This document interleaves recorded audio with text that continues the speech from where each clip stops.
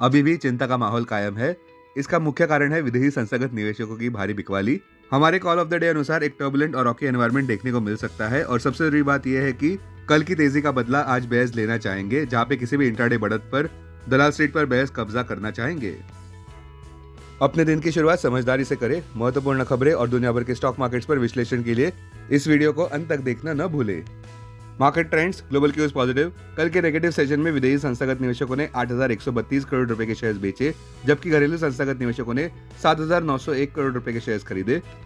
Sentiment आज risky रहने का अंदाजा है। Market breadth neutral. निफ्टी के technicals massive breakdown daily charts पर अभी भी जताते हुए जनवरी महीने के ऑप्शंस डेटा अनुसार निफ्टी की नियर टर्म ट्रेडिंग रेंज 22,500 से 24,000 के बीच हो सकती है।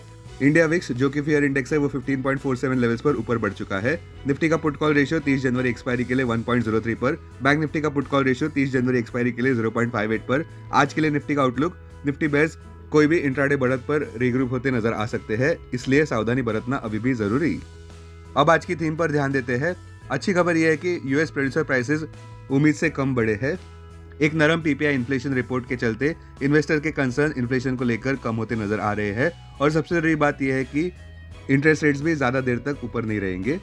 और भी अच्छी बात यह रही कि 14 महीनों के हाईज हासिल करने के बाद benchmark 10 year treasury yield 4.75 levels पर नीचे आ चुके हैं। पहले ये आंकड़ा 4.80 लेवल पर देखने को मिल रहा था।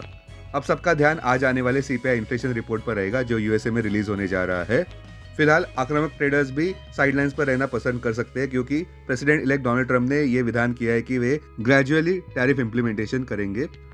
वही डोमेस्टिक लेवल की बात करें तो भारत के होलसेल प्राइसेस 2.37% बढ़े ईयर ओवर ईयर दिसंबर 2024 में, यानी कि नवंबर महीने के 1.89% से राइज देखने को मिला है।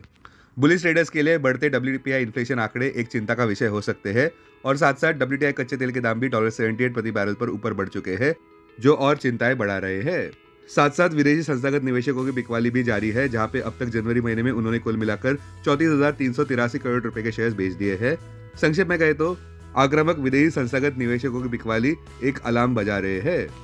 अब टेक्निकली अगर देखें तो निफ्टी क्लोजिंग प्राइस 23,176, सबसे बड़ा सपोर्ट निफ्टी के लिए 22,751 मार्क पर, इमीडिएट रेजिस्टेंस 23,711 मार्क पर। आज की ट्रेडिंग रेंज 23,000 से 23,300 के बीच हो सकती है, bias negative. Bank Nifty closing price 48,729, bank Nifty के लिए सबसे बड़ा सपोर्ट 47,900 मार्क पर, बैंक निफ्टी के लिए सबसे बड़ा रेजिस्टेंस 49,350 मार्क पर क्लोजिंग बेसिस अनुसार। बैंक निफ्टी की आज की ट्रेडिंग रेंज 48,300 से 49,300 के बीच हो सकती है, बायस नेगेटिव।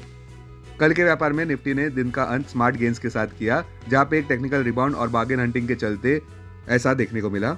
अच्छी बात यह रही कि निवेशक अभी भी वैल्यू स्टॉक्स को कम लेवल्स पर खरीदना पसंद कर रहे हैं, किंतु ऐसा होते हुए भी बायर्स उतनी एक्साइटमेंट से खरीद नहीं रहे हैं और इस वजह से हमें लगता है कि बेंचमार्क निफ्टी की रैली ज्यादा देर तक नहीं रहेगी, क्योंकि बायर्स का पूरी तरह से कन्विक्शन देखने को नहीं मिल रहा है। फिलहाल 3 अहम कैटलिस्ट जिस पर सबका ध्यान रहेगा। पहला, यूएस सीपीआई इन्फ्लेशन रिपोर्ट पर सबका ध्यान रहेगा।